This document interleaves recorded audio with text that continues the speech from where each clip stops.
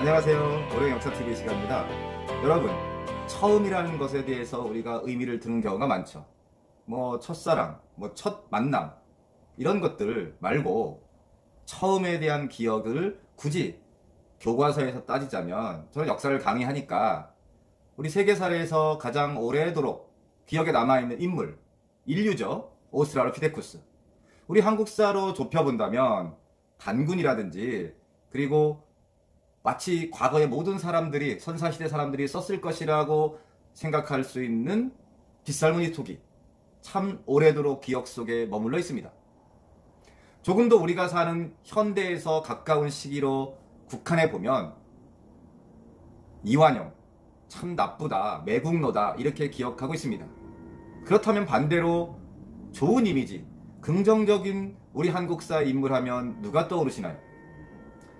세대마다, 경험마다 어떤 역사적인 수치에 따라서 달라질 수도 있을 것이지만, 저는 개인적으로 시리아 방송 대곡을 썼던 장지연이라는 사람을 과대평가한 것이라는 생각을 합니다.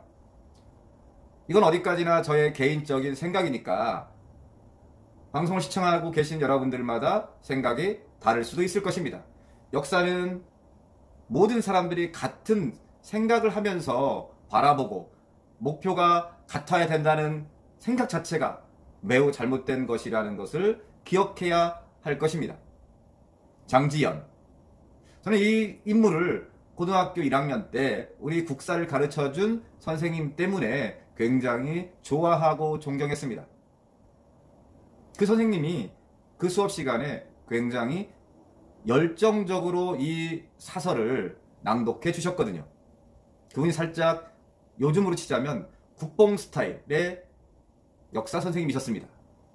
제가 시리아 방송대국의 일부를 낭독해 드리겠습니다. 저 개 되지만도 못한 소위 우리 정부의 대신이란 자들은 자기 일신의 영달과 이익이나 바라면서 위협에 겁먹어 머뭇대거나 벌벌 떼얼며 나라를 팔아먹는 도적이 되기를 감수했던 것이다. 아 원통한 지고, 아 분한 지고, 우리 2천만 동포여, 노예된 동포여, 살았는가 죽었는가. 단군 기자일의 4천년 국민 정신이 하룻밤 사이에 홀연 망하고 말 것인가. 원통하고 원통하다, 동포여 동포여. 1905년 을사늑약에 서명했던, 흔히 을사오적이라고 하는 자들이 사인한 것에 통곡한 글, 즉 오늘을 목 놓아 통곡한다라는 내용의 일부입니다. 이 글을 들을 때 우리는 장지연의 삶을 미리 끝내버리죠. 아, 이 장지연은 아마도 평생 이렇게 살았을 것이다 라는 생각을 하는 것입니다. 하지만 이 장지연은 1914년부터 1918년까지 조선총독부의 기관지였던 매일신보에 연달아서 글을 게재합니다. 대체적으로 일본을 찬양하거나 일본 외왕을 칭송하는 굉장히 친일적인 글들이었습니다.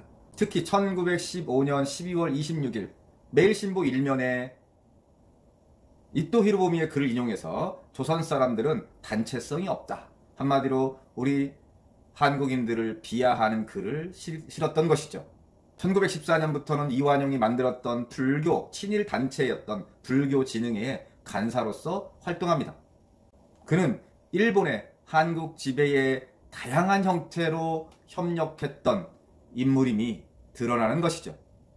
그는 2008년 민족문제연구소가 발행한 친일인명사전에도 등재되죠. 건국 훈장까지 받고 한때는 이달의 독립운동가로 선정되기도 한 위암 장지연.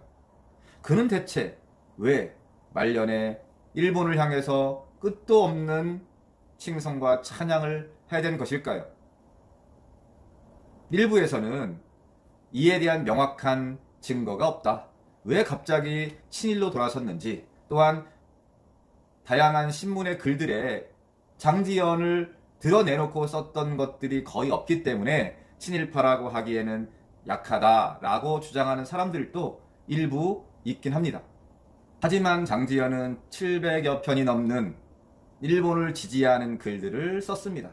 내용의 대부분들은 천황폐하를 찬양하거나 이토 히로부미가 우리나라에 다시 오니까 한겨울 매화도 뭐 기뻐서 춤춘다든지 하는 약간 낯뜨거운 글들을 써댔던 것이죠. 정작 중요한 것은 여전히 장지연에 대한 부분은 우리 교과서에서 출제가 높은 중요한 부분이라는 것입니다. 국사편찬위원회가 주관하는 한국사 능력 검정시험에 단골로 나오기도 하고요. 전국의 중고등학교에서 학교 시험에도 빈도수가 높은 그러한 곳이 시리아 방송 대국과 관련된 분야입니다. 교과서에 등장하는 다양한 사건과 인물들에 대한 부분은, 특히 인물은 그가 죽을 때까지 살았던 것을 좀 더 명확하고 냉철하게 분석해서 실어야 될 필요가 있습니다. 오룡의 역사TV 오늘은 여기까지입니다. 시청해주신 여러분 고맙습니다.